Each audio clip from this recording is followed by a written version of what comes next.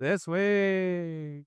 We are talking about the movies Sisu, Road to Revenge, and Now You See Me, Now You Don't, and the TV shows The Last Frontier and The Chair Company. And for Oh No, Ooh Yeah, we're doing the new format covering Yay, SmackDown from November 28th and Raw from December 1st, and also Survivor Series WarGames War from Games. November 29th. This is We We Should should Pod podcast That episode episode 16. 16. Yay! We should watch that with Ashley and Sushi. Feel the vibes, it's a night so lush. All right, Ashley, what do we got for this week? Well, Sushi, this week we are starting with a movie Now You See Me, Now You Don't. It's the third movie in a franchise, and we have not seen the first two. This Hmm. movie is a heist magic chaos ride, Ugh. and it's directed by Ruben Fleischer, who did Zombieland and Uncharted, with writing from Michael Leslie, Paul Wernick, and Rhett Reese, two of whom are dudes from Deadpool. Fleischer brings that kind of glossy, high energy vibe he loves, while the cast mixes returning faces like Jesse Eisenberg, Woody Harrelson, Dave Franco, and Morgan Freeman, with a younger crew including Justice Smith, Dominic Sessa, Ariana Greenblatt, and Rosamund Pike. And they're having an absolute unhinged blast in this movie. So this time, a group of young magicians gets pulled into a horseman led heist. The horsemen are the magicians from the previous movies Hmm. to take down a corrupt South African mining mogul. And I got to tell you, it's goofy. It's CGI magic, a lot of that. I mean, I think the jokes land. I think the set pieces were fun. Honestly, the whole thing kind of hit me at the right time. I kind of needed some escapism in the current world that we are living in. And I don't know, I had a stupidly good time watching it. What do you Wow. think, Sush? Um, I didn't like it. I know you didn't. I'm gonna preface all my comments by saying I didn't watch the first two movies, Yeah. like you said, but I don't think it would have made this movie any better of an experience for me. I just feel like the concept of having a movie about magicians is stupid at its core.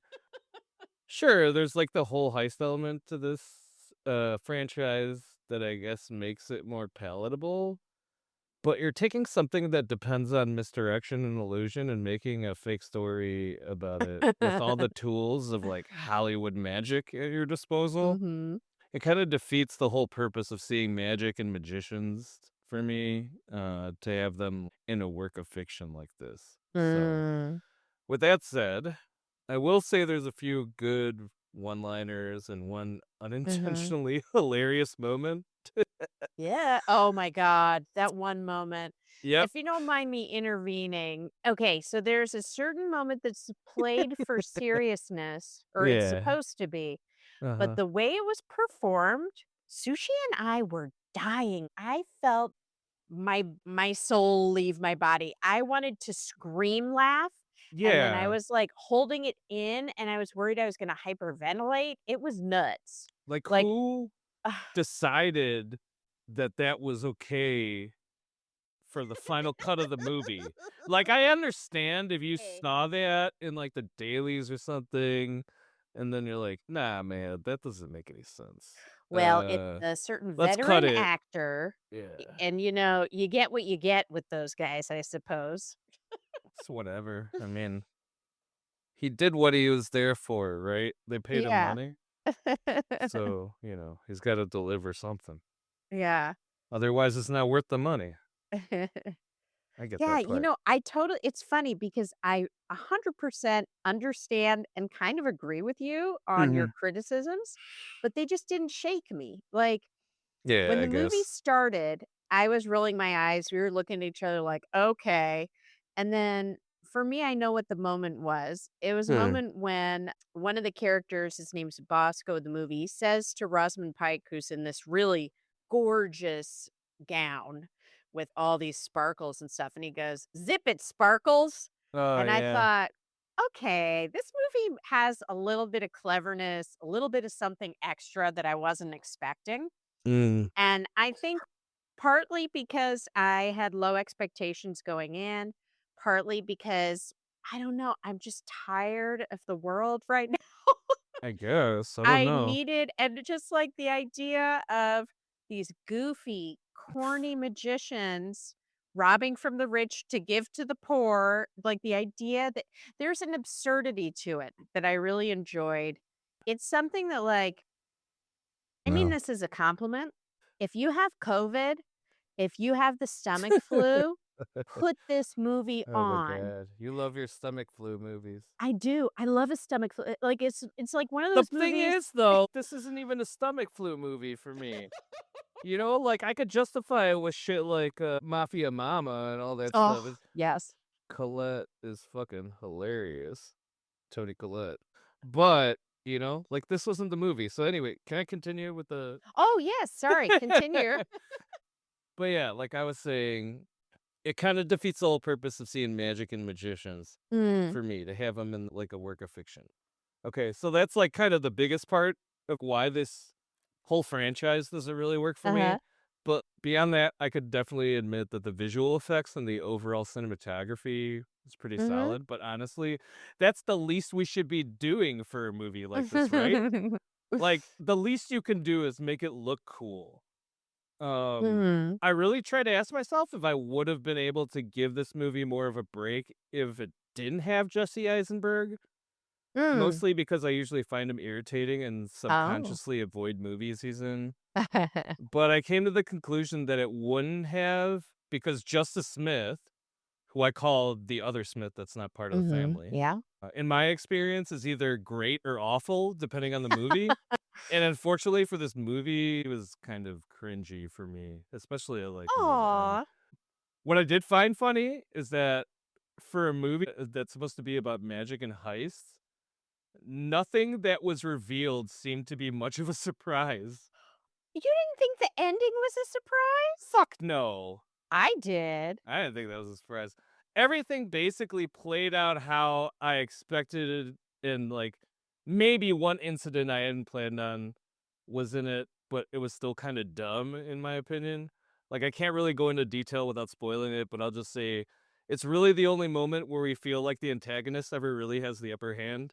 And Mm. even with that said, it was Oh, like that was really when short-lived. yeah. Yeah, it was kind of stupid. Yeah, yeah. Um, but yeah, I was originally going to try to see the first 2 movies before we saw this one, but I think after seeing this one, I feel okay, like, not seeing the other 2 Aw, movies. man. Like, mainly because I feel like most of the fans of the first 2 movies felt like this one was significantly better than those ones. Mm.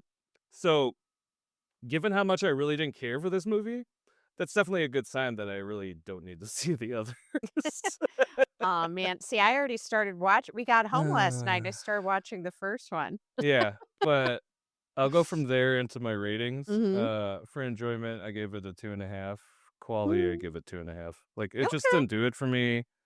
I think they did the bare minimum of what they needed to in order to, like, make the studio feel like it was worth the money that they spent on it. I have no doubt in my mind that this will be successful, like, maybe at the box office. I mean, you don't make a 3rd movie in a franchise usually unless the first 2 do pretty well. Mhm. So I'm not downplaying, like, that aspect of it. But, I mean, I just didn't enjoy it. Mm. I totally understand. I didn't expect to. Yeah. So going into before I get to my ratings, I just wanted to highlight a few things.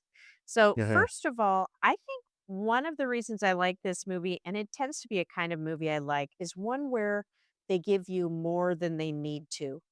And I think part of that is because I work in an industry where you don't have a lot of creative control, even though it's somewhat of a creative industry. So you try so hard to get those little bits of personality, the little bits of something extra, something special. And Uh-huh. I saw that in this movie. Okay. One thing I wanted to call out is I think the stunt work, the fight choreography, and the concepts behind them were really interesting. Yeah. um, I loved there's one scene where a girl does this thing where she throws a bottle at. Hey, Yeah? but let me ask you something. Yeah. Why the fuck do magicians need to be in fights?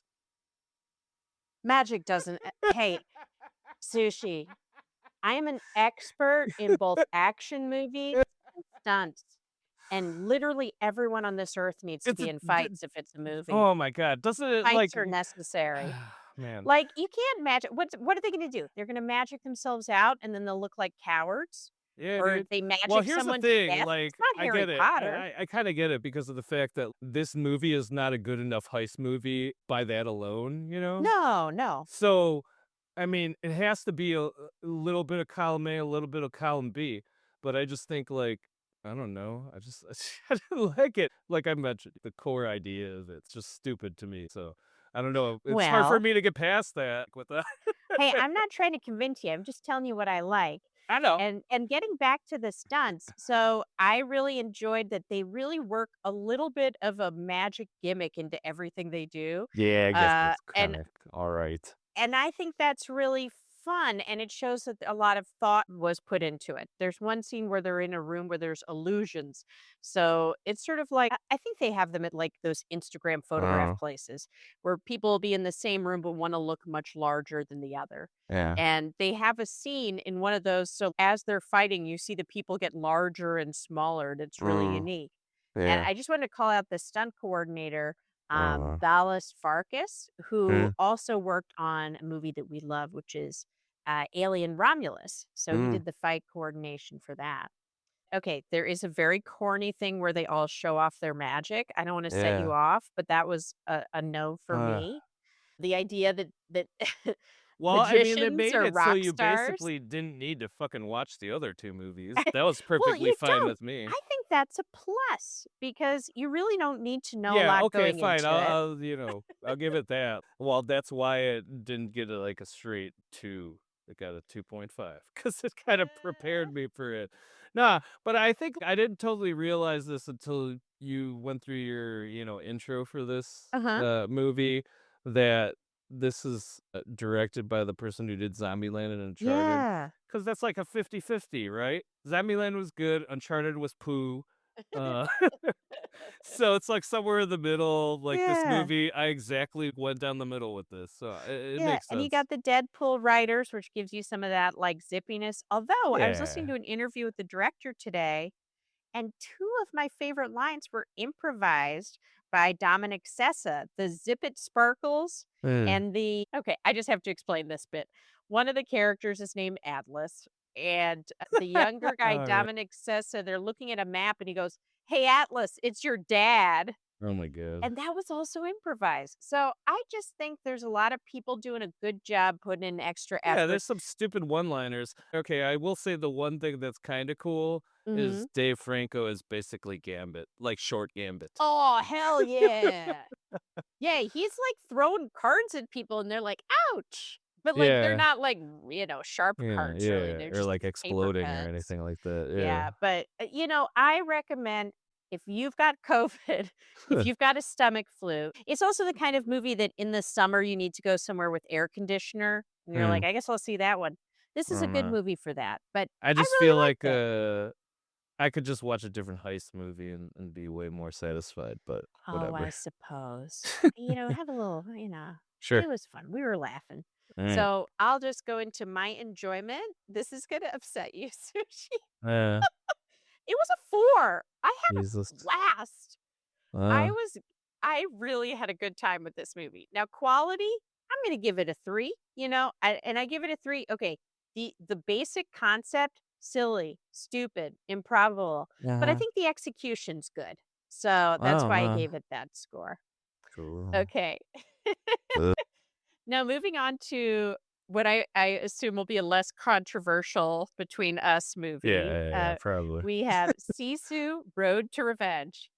These are both sequel or I guess not sequels, a sequel and a triquel? What do you call Well, that, no, it's a Fanu? sequel. It doesn't have to be the second movie. It's just Okay, like another gotcha. yeah. But they are very different. So, Uh-huh. Sisu 2: Road to Revenge comes from the Finnish writer-director Jalmari Helander, who directed Sisu and Big Game, which I'm constantly trying to get Sushi to watch with me. So And it really doubles down on the kind of mythic, hyper-violent energy that made the first film a cult hit. Hell That yeah. made the first film a cult hit. Fuck yeah. Um, Jorma Tomilla returns as a Tommy Corpy. He's the silent Finnish legend known as the Immortal, legendary for all the kicking ass he did in the last movie. And this time, the story sends him into his old home, which is in the now USSR occupied territory, to retrieve the remains of his old home and honor the family he lost. What starts as a quiet mission of kind of mourning turns into a wild, over the top chase when the Soviets send the man who killed his family to stop him. The movie goes bigger and stranger than the original, like tanks flip, impossible survivals. The dog is thriving in situations where he would have been crushed into oblivion. And it leans fully into that joyful, like, I can't believe he survived that energy. It's violent, it's absurd. Somehow, though, it's still sincere as Corby fights not for revenge, but just to rebuild what was taken for him. The Mhm. plot is essentially he's taken apart his old home. He wants to put it back together where he's living now. Yeah, And man. everyone keeps getting in his way. Ta So, what do you think of this one, Sush? I really enjoyed the first Sisu, Mm but this one definitely kicks up the action and hmm. Mm. absurdity like several notches. Oh, yeah. I like how this movie specifically deals with revenge against the commander who killed his family and how he's trying to preserve like his family's memory by Yeah. literally moving house. Yeah. I don't know that I have a whole lot to talk about given how short this movie is. It It's is less than pretty 90 quick. minutes. Yeah. Uh, and how straightforward the plot is. There really aren't any surprises aside from maybe how crazy some of the action set pieces are, Yeah. but that's fine. Honestly, when I'm watching this movie, I don't even have these characters' names in my head. Like I'm just Mhm. like Sisu protagonist guy and Yeah. army dude who murdered his family. Like that's basically all I have in my head. These two guys are just going at it, so it's a good time. I mean, Yeah. this is exactly what I was expecting. It Mhm. delivered exactly in the manner that I thought it would, but even Mhm. better. I think the Yeah. quality was higher, the absurdity, like I said before, is higher, but you're just getting more of what you liked so much about the first movie. Yeah. I think if you go into this expecting and wanting to watch a vengeance quest type movie, you'll be really satisfied. Yeah. Yeah. I'm not really sure if I feel like the endings set up any additional sequels, but I'd be perfectly okay if the writer director for this movie decides to end this series Mhm. on this one and then just like move on to another film or franchise. I really think he's demonstrated twice now that he's very capable of packing a whole lot into a movie Mhm. that's only around 90 minutes. Yep. Um so I'd love to see what he'd be able to do with a larger budget, more time, and potentially a cast that would have more box office draw, like, naturally. Sushi, have I got a movie for you? It's Mm. called Big Game. It already exists. Samuel L. Jackson Uh, is in it. I know. I'm It's talking about beyond that, though. I'm I saying that know, I know. because Sisu is new, you would assume bigger, better should come from it. But yeah, I Yeah. feel like it's kind of up in the air if there's going to be a sequel. But Yeah. I mean, the ideal sequel would just be him sitting smoking a pipe, petting his dog by a fireplace. Like you I just want to yeah, see this character happy. I exactly. I Like, love how the much more can John you Wick. wrong him? Right. And like I love the John Wick movies, but there's something about those movies where you can tell he's still really in for the fight even though he says he isn't. Hmm. This dude, he literally is just trying to go Yeah. home. I think, And they try to stop him because the danger of his legend mhm, and what that could do to the people in his community. Think that let them know that they could resist. He's yeah, just trying to get home. And for these sure. motherfuckers keep getting in his way? Yeah, I feel like John Wick is a lot more about, like, consequence, of Right. your Right. decisions that you made in the past and like all that coming to a head, but like Hmm. that's not what Sisu is about. Sisu It's is much just more like like mythic, I feel somebody like. who's trying to just live out the rest of his life as peacefully as Yeah. possible, but people like keep messing with him, or he's just faced Yeah. with one thing that bothers him and is like a man Hmm. of singular focus. And Hmm. I mean, that rings true with both of these movies that he did, Definitely. that he was in. So, yeah, I'll go into my rating then. Yeah, go for it. Enjoyment, I gave it a 4. Mm. Quality, I gave it a 3.5. I didn't Hmm. really think like you could have done better though on quality, mostly because it has like what I call the RRR effect, where you obviously know that animals and stuff and how they Yeah. move and react are not based in reality, Right. but otherwise the movie is believable to a certain point. It's funny you mention RR because when I walked out of the movie, I thought the action set pieces have sort of an energy and like a sincere exuberance that Mhm. I only see in Indian movies lately. Yeah, Like, and I don't think it was as present in the first Sisu. no, no, the first one's a little more grounded, I but this almost one feel like, balances the two things pretty well, I think. yeah, it's almost like the writer-director saw RRR after doing the first Sisu, and then it was Well, like, if you'd "Oh, seen shit, Big Game, this is what I need to do. This is what I it's wanted to pretty do, fun. let me add that in there." Yeah, kinda Yeah, thing, and so creative. So, getting into my ratings, well, actually, before I say that, I also just wanted to call out I did not realize until I was going through my notes here, like the lead guy does not talk. And I started thinking about him like he must talk. I know they show and then I realized no, they really beautifully with visual storytelling show his memories in flashbacks, but they're not corny. And it's to the point where I forgot that he didn't really talk in it. So I think they did a great job. The performances were awesome. I also gave it a 4 for enjoyment, and I also gave it a 3.5 for quality. cool. Um, I think that the only reason I didn't give it higher in quality is just it's a smaller movie, you know? Yeah. I also think in terms of its plot, Mhm. no problem with that, but, it's just a little more simple and kind of Yeah. visually, I do get a little tired of, like, really dark movies sometimes, Mhm. and this one has sort of like a muted, color grading, Yeah. but, real minor. I had to think really hard to come up with those. Yeah, I think most of the scenes in this movie take place during the daytime anyway, Yeah. right? And, I'd love to see more Finnish movies. The only ones I've seen have been from this guy, Hmm. so I'd be curious to see more. Cool. Cool. All right, guys, it's TV time. You All right. So we got two shows we're going to discuss this week. They're coming to the end of their season. The first one is The Last Frontier, Episode 9, Convergence. This is the penultimate episode. And I'm going to go through the plot here. cool. So we open at the crashed prisoner transport van that Sydney flipped. There's dead people everywhere. And Frank is furious and he just goes in on Havelock. So he handcuffs him and he's yelling at him. Havelock claims that he had no idea Sydney was behind the bigger plan. He thought Mhm. she might be involved. He didn't think she was the one who set things into motion. Oh, damn. Whatever. And then Sydney interrupts by calling Frank. She says he won't understand yet, but she's warning him for his own safety that Hmm. he needs to stay away from this.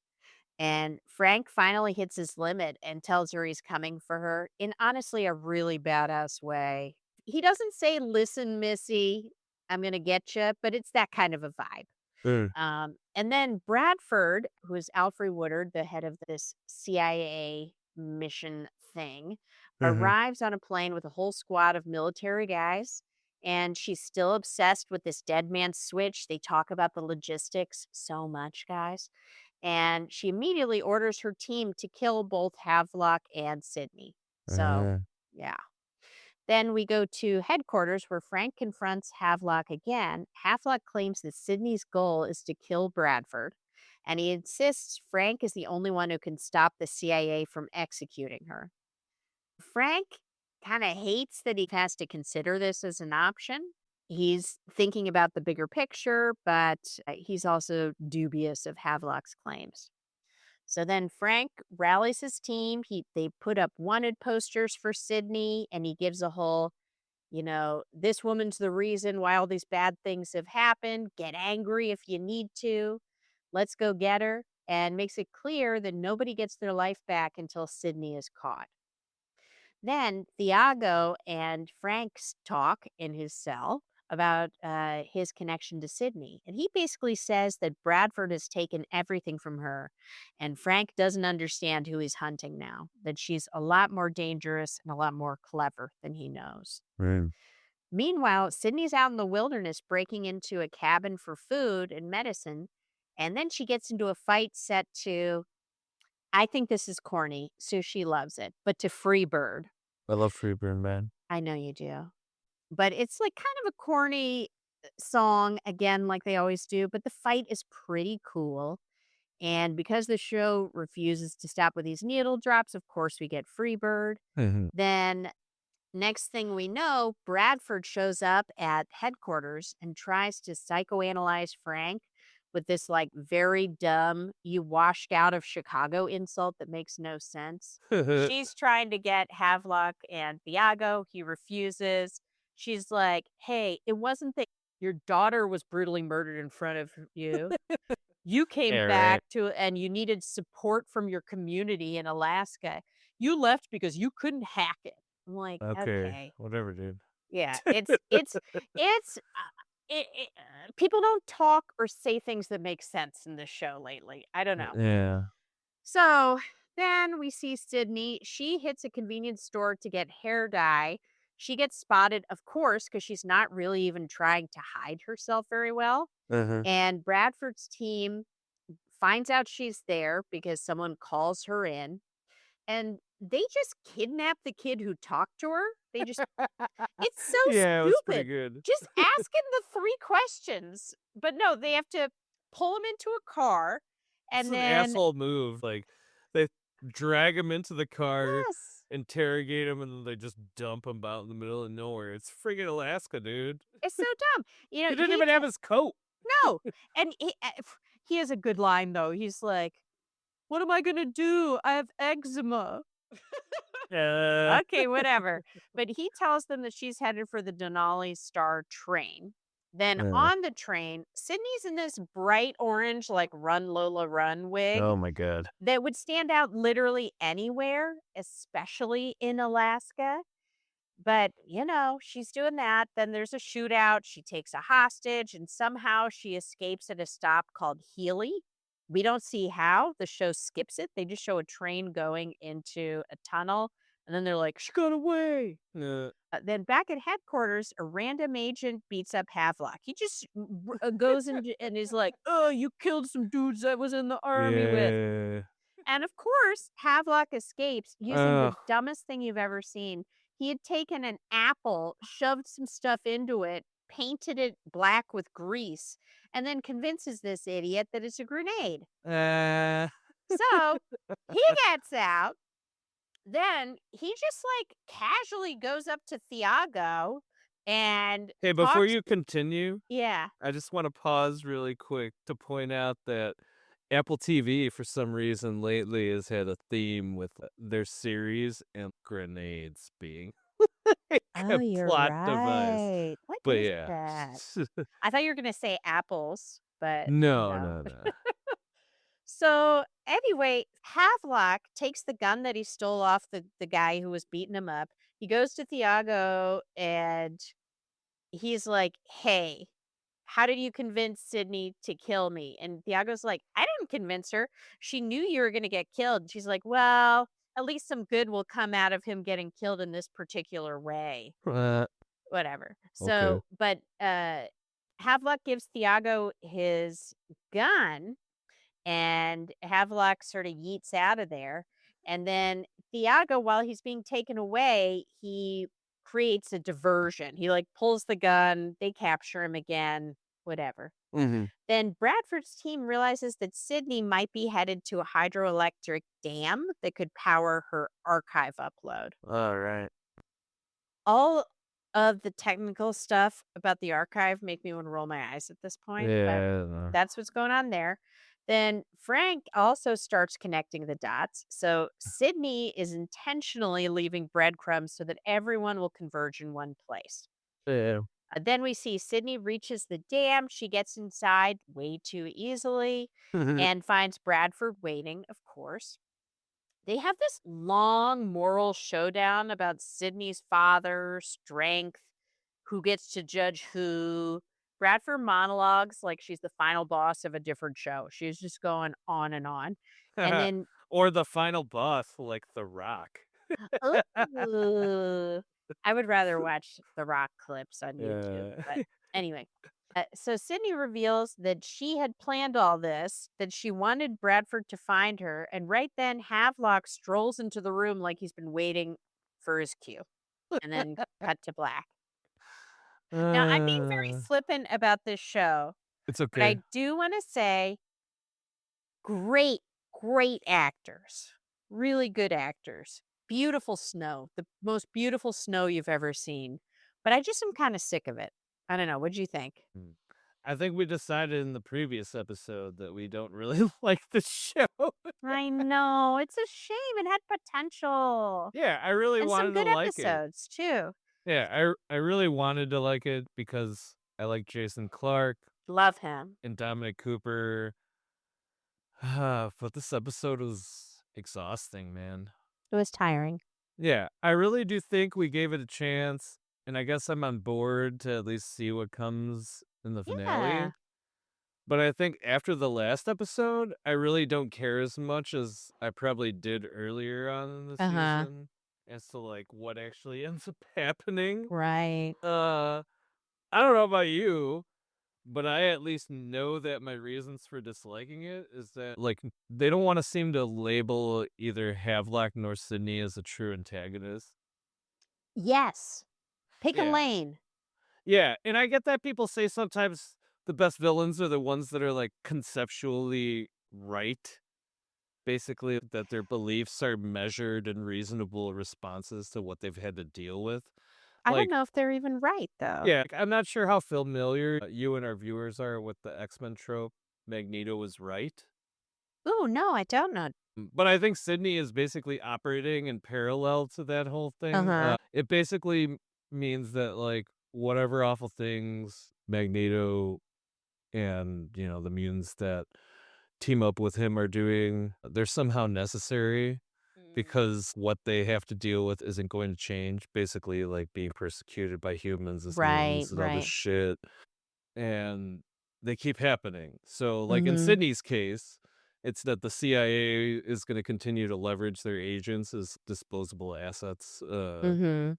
And yeah, like it's going to repeat the same thing that happened to her dad is going to happen to her, and then so Mhm. on. So I guess I feel like this is okay when you're dealing with a comic book scenario where the characters have superpowers, and that's the Mhm. reason for like discrimination towards them. But I don't Right. think it works as well when you're dealing with a fairly realistic scenario, like the Mm. CIA abusing their power. Like Yeah. Sydney just going around and not giving a shit about collateral damage. Like She kills so even many people. yeah, like even when some of it does involve death row inmates, like it just doesn't sit right with me. No. Yeah, and my main gripe I think with this show is all the flip-flopping for no reason. Yeah. Like it kind of led me to dislike some of the characters, especially Sydney and Havelock.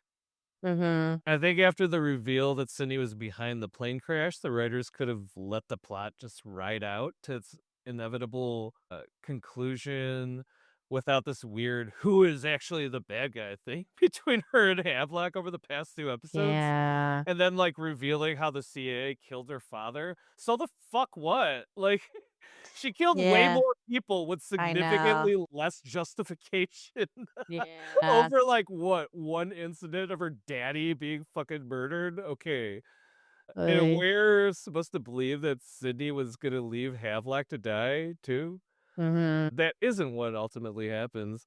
And at the tail end of this episode, we get this weird situation where apparently this whole thing might have actually been the two of them working together all along.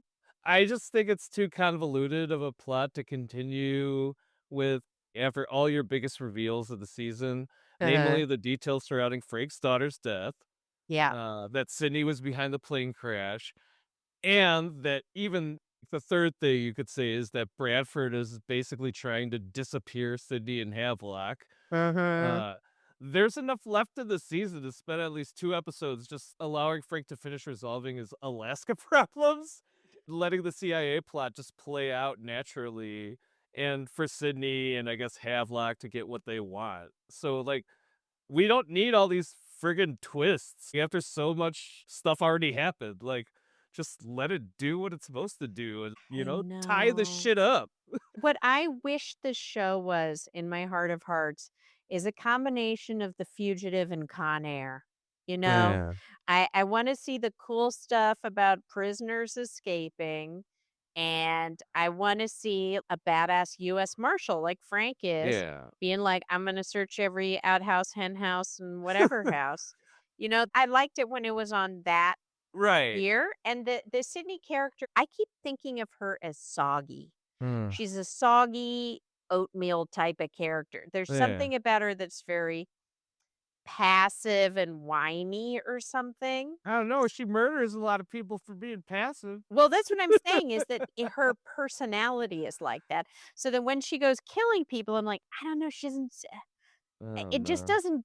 It just doesn't make sense to I me. think she's just one of those people who has the skills to kill people, but their attitude is whiny. So, Yeah. like, it doesn't change the fact that they know how to kill people and they're gonna do it.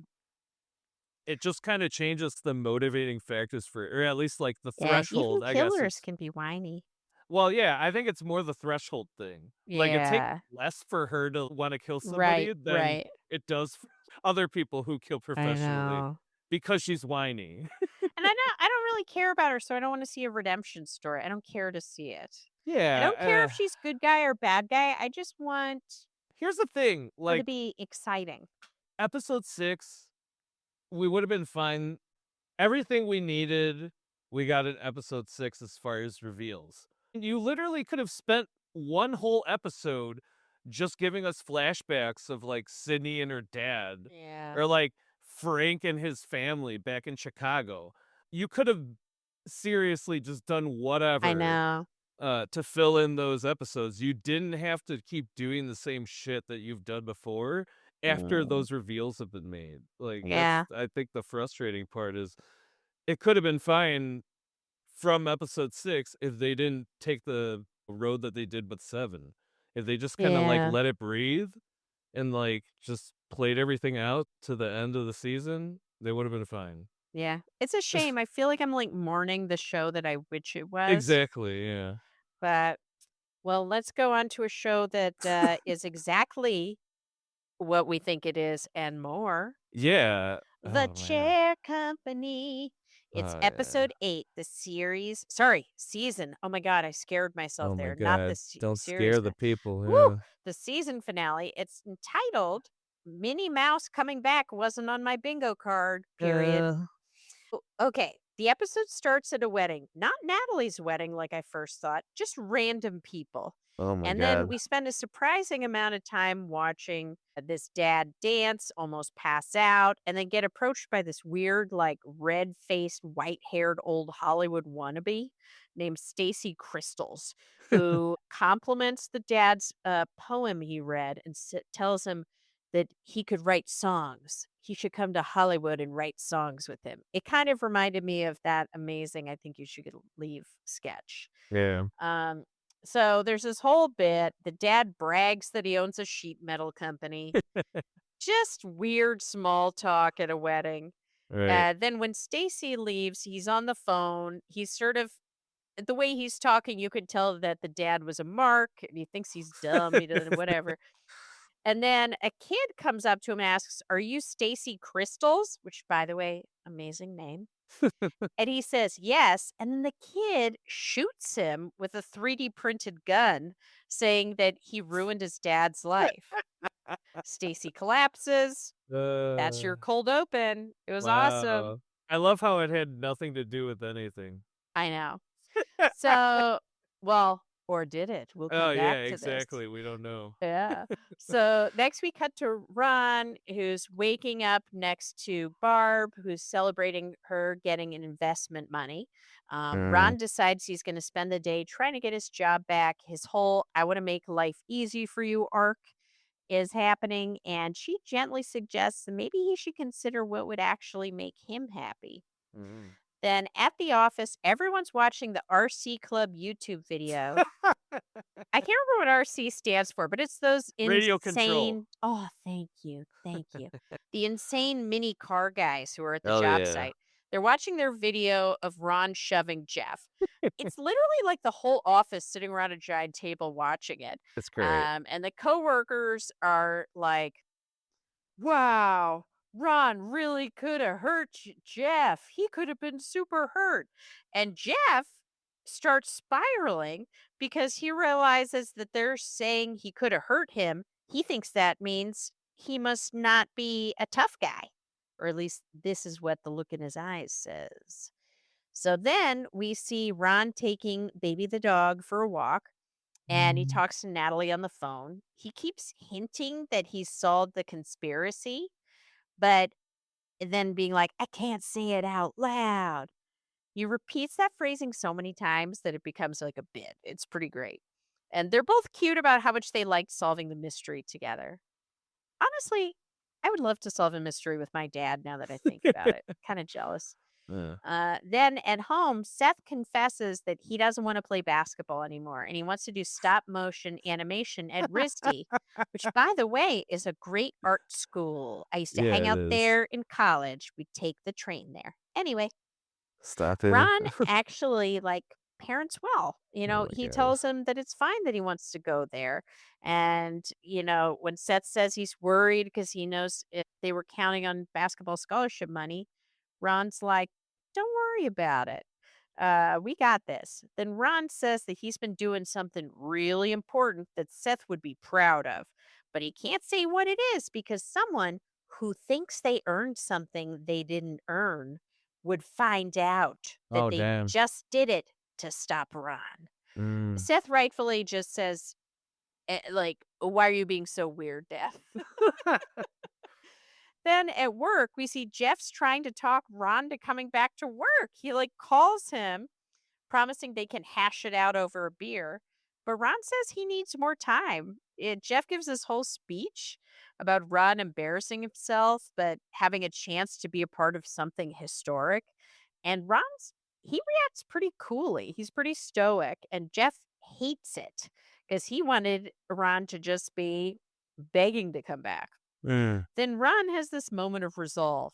He's thinking back over what's happened this season, and all of a sudden he goes, I'm telling. And he calls the Columbus Herald tip line to leak the corruption story, but panics and hangs up. Yeah. They immediately call him back, calling him by his name thanks to caller ID, which terrifies him. And he tells them he's not Ron Trosper. He's just a kid. They're at a sleepover. He's a badly behaved boy. Never call again. I love it. So, okay, then we've got Mike Uh, just randomly pulls up outside of Ron's house to ask what's happening. Ron says it's over. Mike, spiraling, says he wants to do one good thing in his life. And he's like, uh, he says, for once in my life, I want it to be so that people won't laugh at my grave. And he's like with Scrooge and how people danced on his grave. It oh my really god. scared me. So Ron then accidentally says Mike should go back to his family, and Mike gets incredibly hurt by this and storms off. Oh. All right. So then we get Ron goes to Lynette's house, who is Mike's daughter, who he was sort of spying on one time when they were together. Mhm. And he goes there to praise Mike for something good that he did, but her aunt's there and shuts him down fast, saying Ron doesn't know anything about Mike. And yeah, that'll come back later. Yeah, snap. Woo! So Ron gets home and there's chaos. Natalie is crying because she and Tara fought. And That yeah. Oh my God. So they're fighting because she told Ron about Wendy's Wendy's Carvers. Carvers. And Ron's like, I'm not telling anyone Wendy's is doing a nicer ham restaurant, but that doesn't help. Natalie storms off, and then Ron looks over to see Baby eating chocolate Kong. So Ron is freaked out, and he takes her out walking for her to, poop out the chocolate. Ugh, I hate that I just said poop out the chocolate. Okay, continuing Clip on. that shit. Yeah. You know what? Can you do it? You know how to DJ. Maybe make a remix of that. Poop out the Yeah. chocolate. So then Ron goes into he's in the woods, then he falls, he knocks himself out. He kind of Uh, Oh, snap. I just remembered something, Sush. what? Remember how the doctor told him he's had two concussions in succession? And if he Yeah. has a third one, it could be very bad for him? Oh, good catch. Yeah, Well, he just got knocked out. I know. So then he wakes up to discover that Baby's just wandered into someone's house. And the man insists the baby is his dog, named Minnie Mm. Mouse, and that she was stolen from his front yard. And he leads Ron into a shed to show him a neon. Okay, guys, it's like a glass box with like a weird neon shape in it. It looks almost like a helmet shape. It's bizarre. And the guy's like, it's a new shape. Uh. Ron takes a closer look at it, and when he turns around, the man is hissing at him or screaming at. It's insane. Now Ron passes out, which now that I think about it, could be concussion related. Yeah. He wakes up then on this guy's couch, and he asks him, "Hey, can you post a photo of me on Instagram and Facebook saying that I'm a hero and I saved your dog?" Ron's at a low point, guys. Yeah. So Ron begs him and he leaves. Back home, Ron sees the post, he's tagged in it. And then he starts noticing all the comments, which are all about, oh my God, they returned Minnie Mouse to the house where it's getting screamed at every night. And someone else posts, God dang it. I unlocked the gate so the dog would get away to freedom. And then, of course, we get someone who says the title of the episode, Minnie Mouse Coming Back, wasn't on my bingo card. So, Uh, as usual, Ron trying to be a hero doesn't turn out as he plans. yeah. So then Ron looks up the tuition for RISD, which is 80 grand, and it hits him hard. He's like, whoa, for school? Then he gets an Uh, email teasing staffing changes at Fisher Roble, which rattles him. damn. He makes a phone call. Then he comes downstairs, ready to leave the house. Barb says, I know why you're upset. I felt so bad for him at this part. And she's like, Mm. George told you, didn't he? Told you that I found out what you were doing and that I you're so smart. Why are you going around like a detective? And it's so silly. And she's really sort of putting him down while apologizing for saying negative things he didn't know she said about him. And Ron is deeply hurt and he walks out. So he walks out to meet with Jeff, who he's decided to give another chance. And they are at kind of a weird karaoke place with his buddy Greg, who tries to get Ron Greg. drunk and tries to coax him into telling crazy stories. Ron almost spills the truth until Jeff plays him an original song that he wrote and sang. Ron loves it. And he realizes slowly that while the lyrics are different, it's the exact same tune and the exact same voice as the Red Ball Marketing Global song that was on the hold music from earlier. And he snaps. Ron storms out of the karaoke bar. He rushes immediately to the office where he breaks into Jeff's office. And when leaning on a wall that previously he'd been told not to lean against, he discovers a hidden cabinet. And inside there are all these papers. Like one of them shows Jeff and his friends. It turns out that the original friend who insulted Jeff in the first episode is a movie star. And then he keeps seeing all these papers which name this mysterious Stacy Crystals. Ron keeps repeating the name over and over. And then this is the moment that he realizes, hey, this conspiracy's real. So on the way home, Ron leaves Mike a voicemail saying, it's not over. We're going to be heroes. It's all connected. But when he arrives, Lynette shows up and tells him the truth. Mm. Okay, it's nuts, guys. So her dad died. He was an organ donor. Mike got the heart. When she was getting married, her mom suggested to invite Mike and to walk her down the aisle. It was a nice moment until he started trying to hug her mom a lot and then grabbing his chest and being like, I'm your husband. Oh my god. Yeah. Then he became obsessed with this idea of being Lynette's dad. And then she's like, I got to set boundaries. So she tries to set boundaries with him and tries to tell him gently. And he takes it the wrong way and tries to kiss her.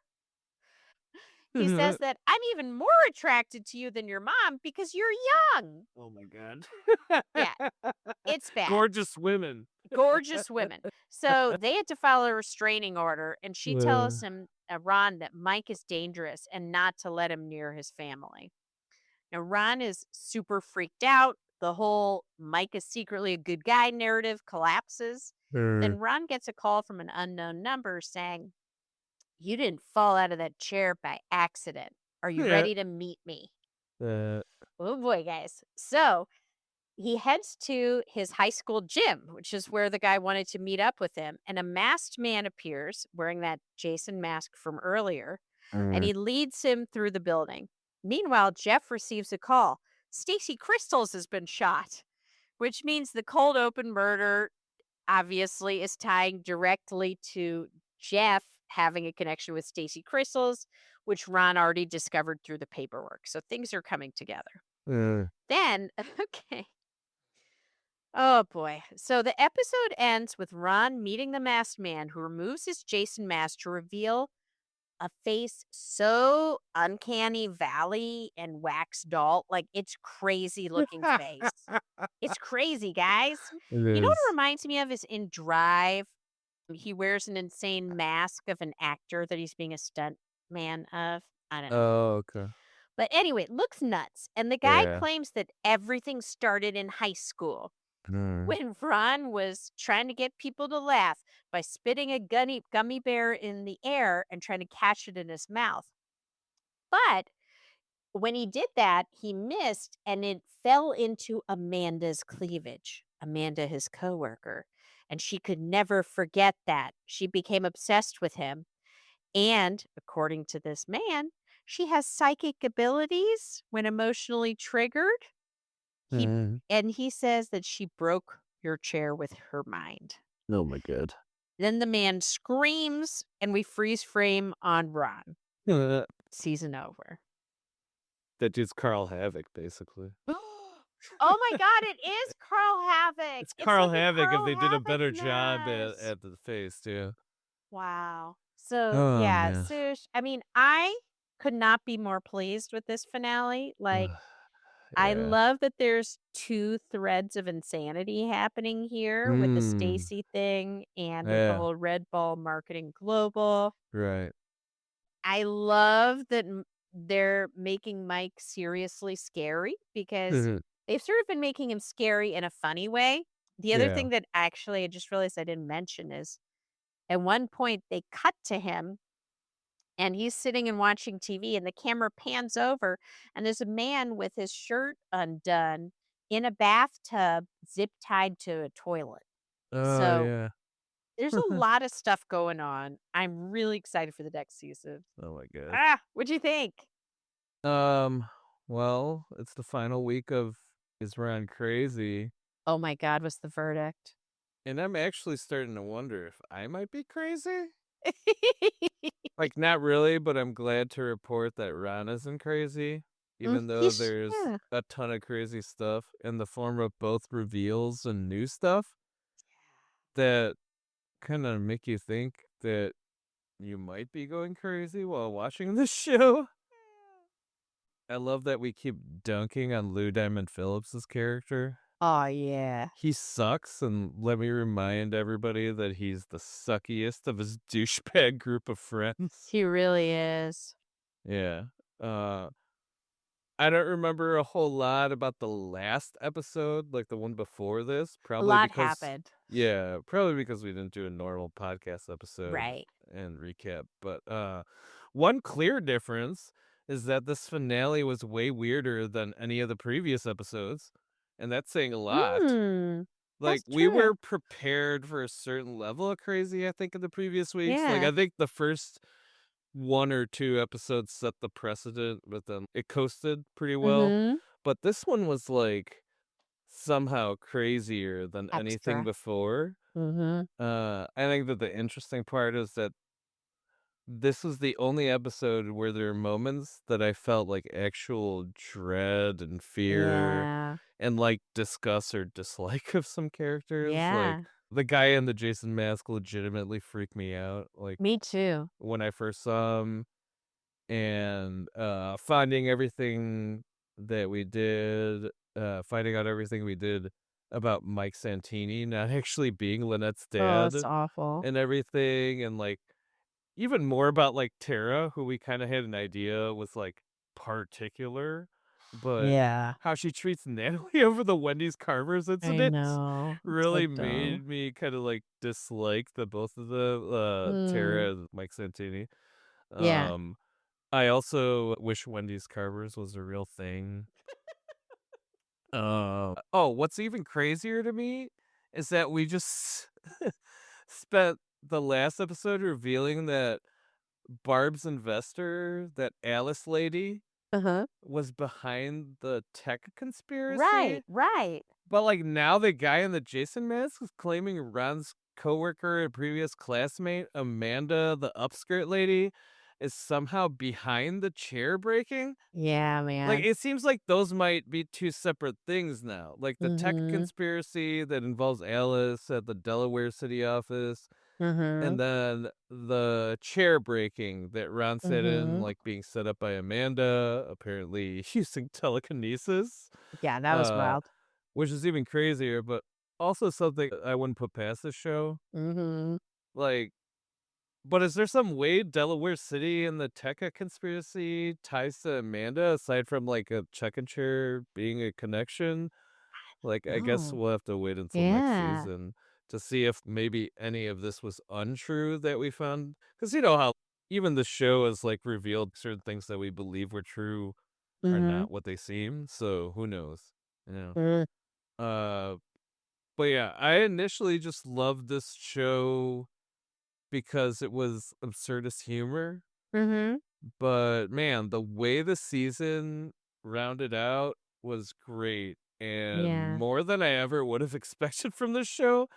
Like, Right. we're literally dealing with a crazy layered conspiracy with Tekka, considering how many different people are involved and how many of these people we eventually find out as the episodes go on aren't really who they seem to be. Uh-huh. Like, first it was Mike Santini and, like, why he was even involved with all this because he apparently did this stuff and got paid for it, but this specific opportunity paid significantly more. And then, Yeah. like, finding out that, Red Ball Marketing Global people aren't actually company leadership, but actually Mhm. actors. And then, like, Santini on a whole Oy. different level, us finding out all the stuff with his daughter in the So end, and then awful. everything going on with Alice in the Delaware City and Tekka, like, the Uh-huh. conspiracy angle is almost getting as good as the absurdist comedy, and, like, Mm. beyond that, I can appreciate, we just meet a lot of different weird people who are Yeah, we weird for do. different reasons, but, like, Ron stays the same. It's true. Yeah. He's pretty consistent, and that's why I think we don't think he's crazy. He's weird in the same ways, so it's not like Mhm. he's doing something that's unexpected of him like these other people are. It's just Yeah. yeah. Wild. So, yeah, it's great season. I Can't mean, wait. I don't see how it wouldn't get renewed, but Yeah, it's gotta. yeah. Oh, man. Okay. Well, Sush, so for what we're planning to watch this week, you know what? There aren't a lot of crazy movies coming out this week. So I put down here maybe the Five Nights at Freddy's 2, possibly Wicked 2, or Fuckham Hall, which Yeah. is the parody of Downton Abbey. Both of those are movies that are high potential for watching in the theater with my parents at Christmas. So I Mm, guess I might honestly just ask my mom which she wants to see and see the other. Um, yeah.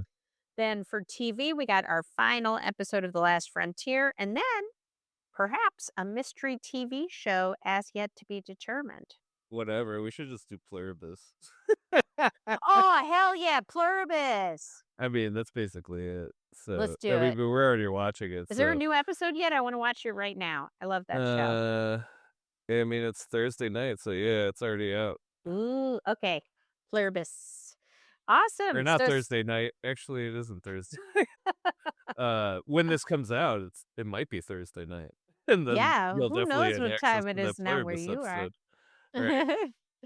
Awesome. So, Sushi, what do we have for wrestling? All right, we're doing a new format. Oh no, yeah. Yeah. Basically, how this is gonna go, very simply, is that for all the TV shows now, I'm gonna do just a split recap of the low points of the show and then the high points of the show, and dub them "Oh no" and "Ooh yeah." Oh, Fittingly, yeah. you know. All right, so anyway, let's kick off with SmackDown, November 28th, from Denver, Colorado. For Oh No, the cons from the show. The first one is the ridiculous situation surrounding the Last Time Is Now tournament quarterfinals match between LA Knight Mm. and The Miz. Oh, Okay, so due yeah. to Sheamus's injury, LA Knight gets screwed with mystery challenger again. This is the second week in a row, and he's definitely at a disadvantage, so I get his frustration. Aw, poor La Knight. And I don't know, like, how the fuck does The Miz get a second opportunity in this tournament? Sure, it Yeah. was the luck of the draw. Honestly, I Mhm. would have let it slide if it would have meant him winning would prevent any progress with this beef with Carmelo and maybe it would get dropped. But that's not what we got. But yeah, I guess I'm not too upset that LA Knight gets to progress in the tournament, but it just means more bullshit from The Miz and Carmelo Hayes. So whatever. Next item. WWE continues to make R-Truth look like an idiot with this balls Ugh, bit. I hate it. We're really on week 3 of this. Man, it's Yeah. just like an insult that this dude is brought back by the fans, and now he's reduced to stupid playground jokes. Yeah. Sure, being kind of dim-witted is his thing, but this isn't that. Like, stupid people also know what balls are. Yeah, it's really insulting. Like, it feels Yeah. like I don't know, I don't like it. Well, at least there's no reason to draw names for this tournament after this week. So unless Ah, WWE wants yeah. to prove that they really hate our truth and just pull another balls joke out of nowhere, like we should be done with it now. So at least that's that. Oof. And then the last thing that I had that was kind of poo poo for this was friendly reminders that at some point the MFT will have a match against the Wyatt Six. Uh, We've been doing these teases for months now. Come the fuck on, man. I'd be open to it if the Wyatt Six were actually on for more than like 30 seconds at a right, time, like right. every few weeks. We still have no payoff match in sight. Like nothing's even announced. So what the fuck? Mm. Anyway, moving on to ooh yeah, the high Ooh, points of the show. yeah. Overall solid offering. Like there's not a lot of junk in this episode. Mhm. Uh there's not much of a kickoff promo at all. Like we get some backstage footage with the LA Knight, but then we pretty much just go right into the matches. Yeah. There's a good variety too, with like 2 tournament matches, a WarGames advantage match, and then a classic Mhm. Survivor Series match to like cap everything off. And there's not a lot of cringy parts. We've already pointed all of them out, so yeah, I was kind of Not surprised. bad. The next high point, Damian Priest doesn't get Aleister Black and Zelina either.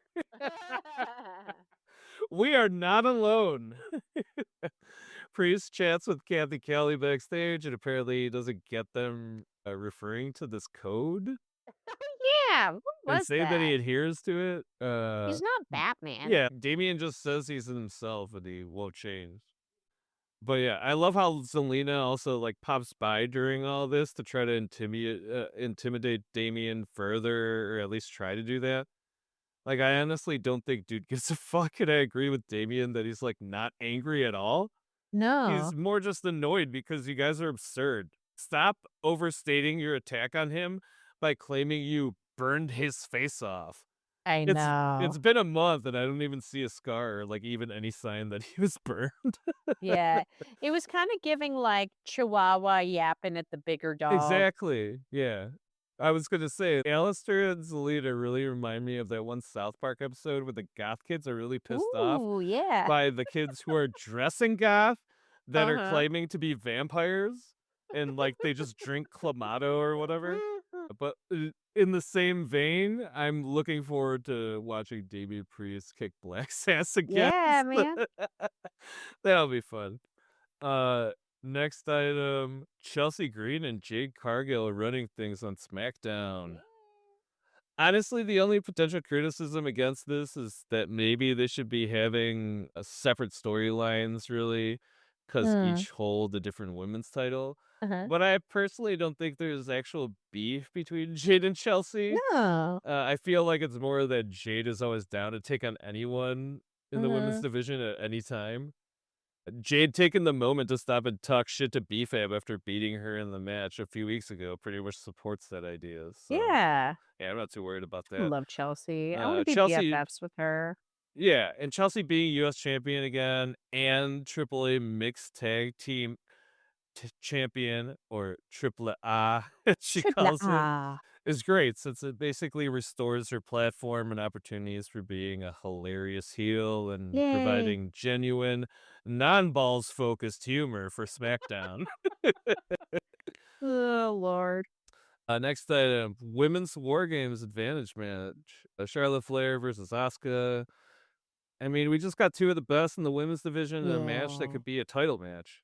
You know, Yeah, uh, true. Yeah, while the women's division overall isn't perfect, it's still miles above and beyond the men's Oh currently. my god, yes. Yeah, there's very few talent that aren't being utilized currently, and even fewer out of that group uh, that either have like horrible or stagnant storylines. So there's Mhm. not a lot to complain about. So that was a great match. And then the last item I have is the classic Survivor Series match with the Mm. MSP versus Motor City Machine Guns and Shinsuke, Ray Phoenix, and Sami Zayn. It was kind of weird to choose two teams that have been involved in so much like out of match hijinks, Mm. but otherwise, I feel like we need more of these matches. Like AEW has Blood and Guts, and War Games is basically the family friendly version of that. So Mhm. I think it'd be nice to have more classic Survivor Series style matches, given that they're like kind of unique to WWE and aren't Yeah. really being done by like any other major promotion. So I think like there are other people to it. I read some reviews for War Games that basically were also saying like, yeah, they should just ditch War Games and go back to like regular Survivor Series. So Yeah. yeah, I'd be down with that. So let's switch up a little bit. We're gonna go into a recap of Survivor Series War Games Cool. from November 29th in San Diego. For this, I'm just gonna give some notes about the matches and the letter grade rating, and then overall rating for the PLE and some notes on that. Cool. I'll start off with the women's War Games match, which is AJ Lee, Alexa Bliss, Charlotte Flair, Io Sky and Rhea Ripley versus Becky Lynch, Nia Jax, Lash Legend, and the Kabuki Warriors, which is Asuka and Kairi Sane. Mhm. For this match, I give it a B. Mm. I was glad to see the babyface team win, especially after Mhm. the heel team seemed so unified early on. Mhm. Isn't this really how these types of matches go with the babyface, like finding it hard to work out their differences and the heels being okay just joining up to be bad? I guess it kind of is like normal, but Yeah. I don't know. I love this match so much. I Ugh. wasn't even mad at gimmicks. Like Io does her thing with the trash can I and know, I love the trash can everything. stuff. Yeah, and Asuka mistakenly nails one of her own teammates with the green Love it. mist. So yeah, that was cool. I give that a B. Next match, the Intercontinental Championship Mhm. between John Cena, the reigning champion, versus Dominic Mysterio. Stop. I gave this a B plus. It was fun. This definitely wasn't a fair match, but it really is a great example of why the Judgment Day, even with all the problems that they've been having lately, are still the premier heel stable in Mhm. WWE's main roster. Dom recreating the same injury that Penta legitimately had as a That was distraction. funny. Yeah, while both like Raquel and Roxanne attacked Cena was great. Like we Yeah. don't see a lot of mixed tag action, especially in that manner. So it was a Uh-huh. nice treat.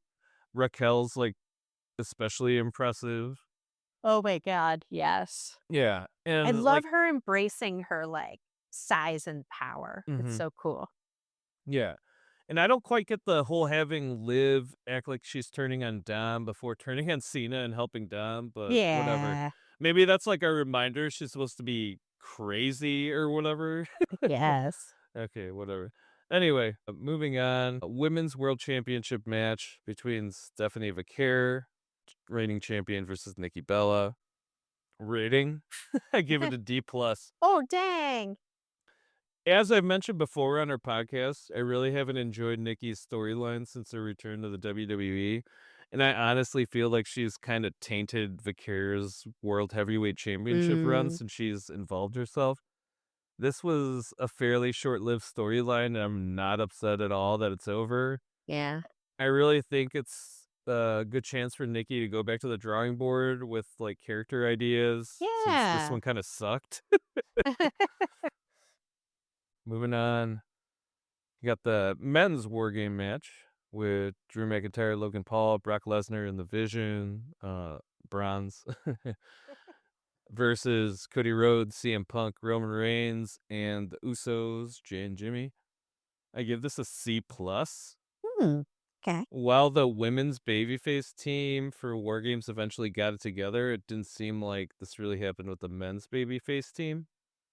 Um, I went into this match expecting at least a few of the guys from the team to come out of it hating each other, and I guess that sort of happened with Roman and Cody. Weirdly, Roman just basically told Cody that he never wants to like tag with him again, so it's weird. mm, Anyway, it wasn't a bad match, but basically more of what we're, used to with all the men who were involved in these mhm. teams. So beyond the pure star power of the match, it doesn't really offer anything new. I feel like it fell a bit short given that it was only about 40 minutes for a match with 10 wrestlers. Yeah, true. Yeah. But we kind of knew we were going to get even more build up with the Vision becoming the top heels in the men's division, which we definitely get in the match. We get a masked hooded man that ends up stopping Punk and basically cleared the way for Braun for the win. But I kind of felt like that was cheap because they didn't even reveal who the person was. I mean, like everybody Yeah. knows the rumors. It's Austin Theory, On but they TikTok, the rumor is clearly, it has to be him because it looked like his butt. right. But like they clearly wanted us to think that it was Seth Rollins. Okay, so Yeah. whatever. I don't know. Overall rating for this PLE, I gave it a C. Okay. Even though I also gave an overall rating of a C for the previous two events, I feel like if I were to put the last three events, including this one, from worst to best, the order would be Crown Jewel, the last Saturday night's main event on the 1st of November, Mm, and then this one. So I okay, don't yeah. know. Like maybe I have to start spreading out my letter grades or do some kind of bell curve or something. Because I gave all of these a C after viewing them, but I don't know. I do feel like War Games was significantly better than Crown Jewel, but only about as good as Saturday night's main event, like the last one, so who knows.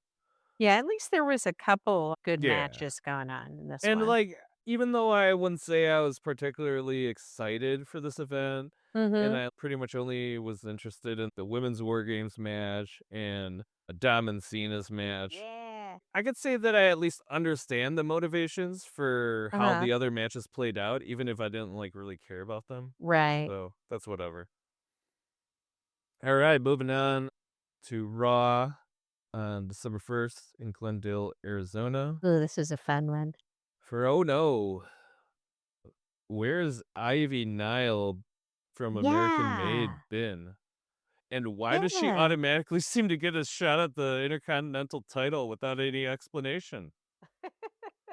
I had to research to find out that she's apparently been on a hot streak on Main Event, which is WWE's other lesser known TV show that barely anybody watches.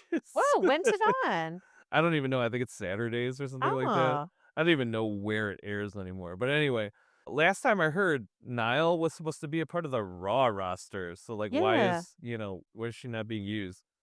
Like, this Huh. honestly would have been a perfect time to produce a video package, right?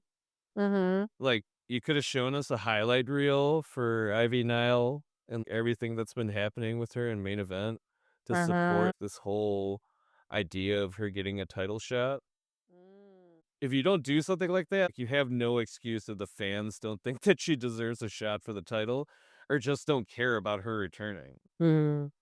Next thing, changes need to happen in the women's division as far as individual titles go. Ah. I personally don't feel like the right women are being lined up for the right titles, if any. Especially Mm. now that the current individual champions have all pretty much held and potentially defended their title for a couple weeks now. Mm. There were some backstage teases initially, maybe pointing at some changes going on, like with Roxanne and Raquel showing interest in the Intercontinental and World Heavyweight Championship titles a few Uh-huh. weeks ago, respectively. But it feels like not a lot of these things make sense. It feels like you have conflicts between main eventers and mid carders that either shouldn't really be happening or aren't really going to lead to an actual storyline between them. And Mhm. then you have other women like Ivy Nile that disappear and reappear from the shows they're Yeah, signed to. totally. And then on top of everything, you got women coming from NXT to compete for main roster titles. It just feels like they need to rethink and move some talent around since I have no idea who's ever going to like go after Jade's championship or if Mm. anyone cares to go after the US title now that Chelsea Green has it back from Julia. Like, where the hell is Julia, bitch? It's like she disappeared right after she lost the I title. Like, know. not even a whisper of a rematch. So, like, what the hell? Overall, it just seems like there are too many women going after the same titles. I honestly don't know if we also need the Judgment Day ladies and Bailey and Lyra, Valkyria potentially competing for the tag belts when we have women on the roster who are currently doing nothing. Yeah. Next and last item for Oh No is WWE. You guys don't need to create conflict where there isn't any just to further this Cena tournament. As if we thought there was any chance that Solo was going to beat Gunther in the Cena tournament. It really just serves as an opportunity for LA Knight to enter the ring and talk shit to Gunther before they meet at the final match. But it's like, Uh, why? The match between Solo and Gunther wasn't bad, which kind of sucks for Solo because it's like so easily yeah. forgotten once Knight comes in and starts yapping. So I don't know. Like, it's cool. It's a tournament, guys. We know they're going to end up going up against each other. You don't need to build something up that isn't there. Like, moving on to, ooh, yeah, Oh, yeah. the women's tag team champions and Yes, yes, yes, challengers. yes. Man, the Kabuki Warriors still have the tag team titles, and both Rio and Charlotte Flair and Alexa Bliss want them. We get a fairly friendly exchange of words between the latter two tag teams in ring. It seems they want to continue to keep the peace. You know, the attitude just seems more competitive than Mhm. vengeful, so that's cool. Yeah. These women are all main eventers that have proven themselves as individuals over the years, so it's pretty much a guarantee that anytime these three teams meet in like any combination, it's going to be a great show. Hell yeah. So a lot to look forward to in women's tag team stuff. Next item, the last time is now semifinals match between Mhm. LA Knight and Jey Uso. Oh Yeah. my god, it was great. It was really good. Yeah, this match is basically 2 gifts in one. And also, if you look past how short the match was, I guess it could also be 3 gifts because it's not really a Oh. bad match. It's just short. Yeah. LA Knight is finally getting the opportunities he deserves. Thank God. Sure, we probably won't see him go up against Cena, much Hmm. less win. But to make it to the final match against Gunther is a big deal for somebody like him who's Mhm. otherwise kind of been screwed by creative. Mm. We also get reinforcement that Jey Uso will not be featured for another huge main event match Yeah. or opportunity that most would say he doesn't really deserve. Yeah. This isn't hating on Jay. This is just acknowledging that he's good, but he's not as good as the opportunities he's been getting. Mm. I get not wanting to be a tag team competitor forever, but at least have him spend time going after like a mid card title before you have him going after like the heavyweight championship. That's true. Yeah. Yeah. Like, I don't even mind that he wasted time being pissy after he lost against LA Knight. Honestly, feel free to make him a heel. I don't care at this point because Creative basically teased it a few months ago and they never did anything with it. So, whatever. Make him interesting, And you this know? angle at least gives him something that probably is easier to play because it Yeah. probably is closer to what he's feeling, you know? Yeah, exactly. It makes sense. Next item, the Judgment Day is once again the most exciting stable to watch on Raw and Yeah. possibly all the main roster shows.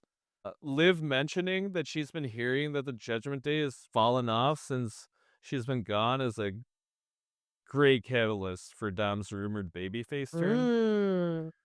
This almost seems like what's going on over at AEW with Moxley and the Death Riders, or Oh, like what people true. think's going to happen. Basically, the leader is going to end up being the weakest link, and eventually they're going to get called out and kicked out. So Mhm. basically, seeing the same thing is probably going to happen here.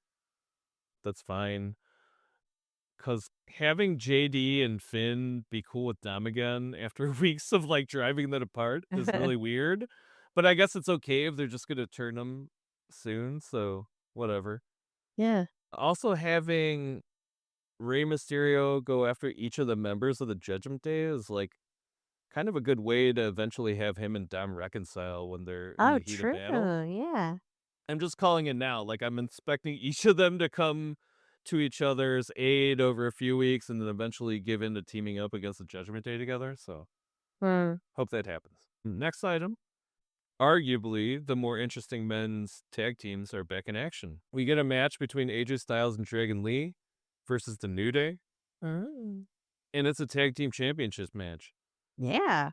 WWE could have phoned it in with a different booking, but I appreciate they didn't.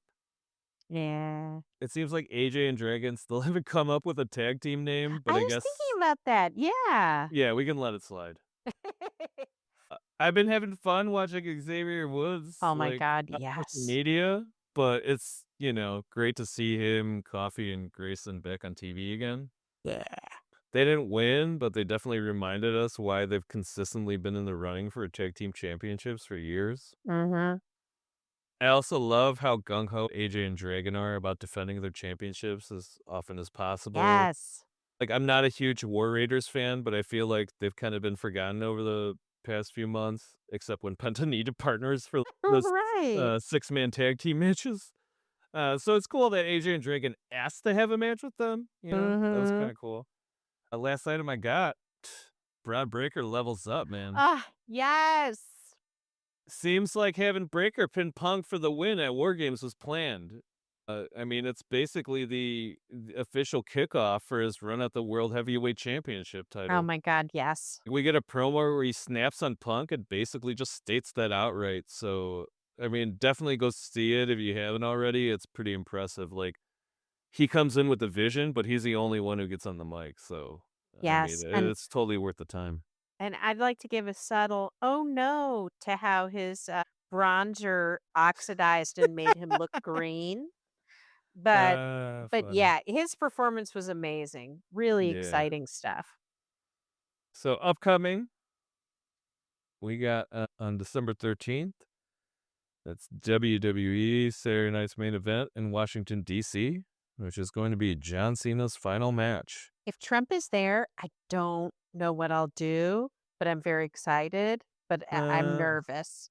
But yeah, after that event, I'm going to be splitting off. Oh Yeah. no, ooh yeah.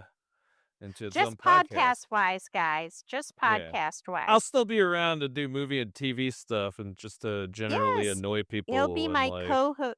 You'll be my Ed McMahon. groan for the- about movies that are about magic on on film. Anyway, and then on the 27th of December, we got AEW World's End, which is going to be in Hoffman Estates, Illinois, which we are unfortunately not going to be in town for.